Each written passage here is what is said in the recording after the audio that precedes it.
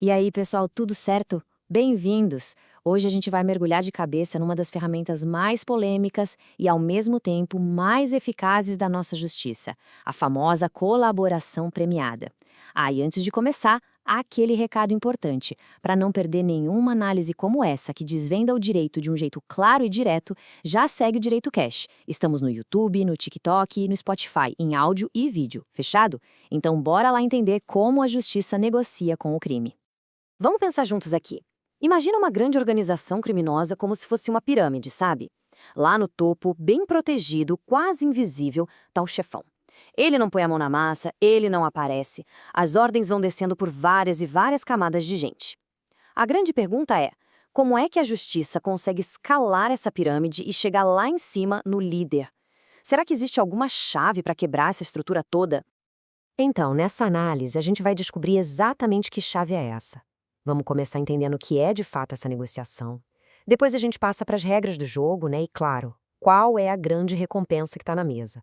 Vamos ver como isso funciona na prática, na lei de drogas, e no final a gente vai debater aquela questão que fica na cabeça de todo mundo. Isso é mesmo um pacto pela justiça? Bom, a resposta para aquele desafio da pirâmide criminosa está numa negociação. O Estado desenvolveu uma ferramenta jurídica, a colaboração premiada. E olha, é um instrumento super controverso, não há dúvida, mas que já se mostrou extremamente poderoso para desmontar esquemas que, francamente, pareciam impossíveis de penetrar. A ideia central é até bem simples, mas é muito forte. O Estado chega para alguém que está lá dentro da organização e propõe um acordo. É uma troca, bem direta. A pessoa entrega informações cruciais, daquelas que não se conseguiria de outro jeito, e em troca ela recebe um benefício bem real no seu processo. É, basicamente, usar a lógica do próprio inimigo para implodir o sistema por dentro.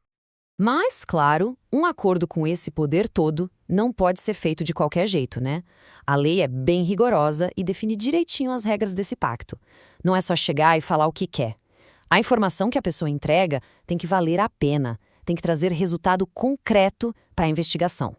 E tá aqui a base legal de tudo, direto do artigo 41 da Lei de Drogas. O texto não deixa dúvida. A colaboração tem que ser voluntária. E tem mais. Ela precisa levar a 2 resultados práticos. Primeiro, identificar outros membros do grupo. E segundo, ajudar a recuperar o dinheiro ou os bens que vieram do crime. Então, vamos detalhar essas 3 condições. Primeiro, voluntariedade. Ninguém pode ser forçado. A decisão tem que partir do réu. Segundo, eficácia para identificar a galera. Não adianta dar apelido, informação vaga. Tem que entregar nome, função, ajudar a montar o quebra-cabeça da quadrilha mesmo. E por último, o impacto financeiro. A colaboração tem que doer no bolso do crime, ajudando a polícia a pegar de volta o dinheiro sujo. Tá bom, mas vamos ser práticos aqui. Por que alguém arriscaria a própria vida, talvez a da família, para atrair uma organização criminosa inteira? A resposta está no incentivo que a lei oferece. E olha, é um incentivo que pode mudar o jogo completamente. O prêmio por uma colaboração que dá certo é uma redução de pena que vai de 1/3 a 2/3. Isso é muita coisa. Na prática, a gente está falando de transformar uma sentença de décadas de prisão em algo muito, mas muito menor. É essa moeda de troca que o Estado coloca na mesa. Pensem no seguinte: uma pena de 30 anos por tráfico internacional, por exemplo. Com uma colaboração que funciona, essa pena pode cair para 10 anos. É a diferença entre passar a vida inteira na cadeia e ter uma chance real de recomeçar. É essa perspectiva que faz alguém quebrar o silêncio. Agora, vamos um pouco mais a fundo, porque a lei de drogas traz uma diferença que é técnica, mas é fundamental. Nem todo mundo que passa uma informação para a polícia é um colaborador premiado de verdade. Existe uma outra figura que a gente precisa entender. E antes de entrar nessa parte, um lembrete rápido. Se essa análise está clareando as coisas, não esquece de seguir e curtir o Direito Cast. Ajuda muito a gente a continuar trazendo esse tipo de conteúdo. A lei basicamente separa quem faz um acordo oficial com a justiça para ganhar um benefício de quem, na verdade, está cometendo um outro crime. E entender essa diferença é crucial, porque as consequências são totalmente opostas.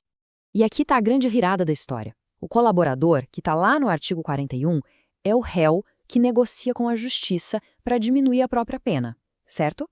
Agora, a figura do informante, que está no artigo 37, é o contrário. Ele não colabora com a polícia, ele colabora com o próprio grupo criminoso. É o famoso X9, que passa informação sobre investigação, por exemplo. Ou seja, O informante da lei de drogas, na verdade, comete um crime.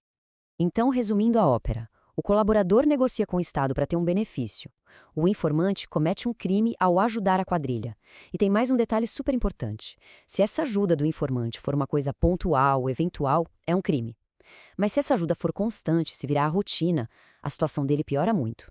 Aí o crime passa a ser o de associação para o tráfico, que é bem mais grave. A frequência da ação muda tudo. Beleza, agora que a gente já entendeu como a colaboração funciona, chegamos na pergunta mais espinhosa. É justo oferecer um benefício para um criminoso confesso. Isso é um pacto aceitável em nome da justiça? Vamos explorar um pouco esse dilema. A principal defesa da colaboração é o pragmatismo. A lógica é a de um jogo de xadrez. Às vezes, para pegar o rei, o chefe do cartel, você precisa sacrificar uma peça menor. Nesse caso, o sacrifício é a pena completa de um dos membros. É uma escolha estratégica, pensando num bem maior, que é o fim do grupo todo. Em outras palavras, é isso. Troca-se uma pena menor para uma pessoa pela chance de processar e condenar a organização inteira. É uma balança. De um lado, a punição total de um cara. Do outro, a justiça numa escala muito maior. O Estado está apostando que o benefício coletivo de desmantelar a quadrilha supera o custo de premiar um colaborador. E a gente termina com essa reflexão para todo mundo pensar. A colaboração premiada é uma ferramenta necessária para combater um tipo de crime que, de outro jeito, a gente não alcançaria? Ou será que é um atalho perigoso que acaba recompensando quem deveria, na verdade, ser punido? A resposta, como dá para ver, não é nada simples, e esse debate está bem longe de acabar. Bom, espero que esta análise tenha ajudado a esclarecer os pontos dessa discussão que é tão complexa. Para ter acesso a mais conteúdos que desvendam o mundo do direito, não se esqueçam, sigam, curtam e compartilhem o Direito Cast lá no YouTube, no TikTok e no Spotify. A gente se vê na próxima.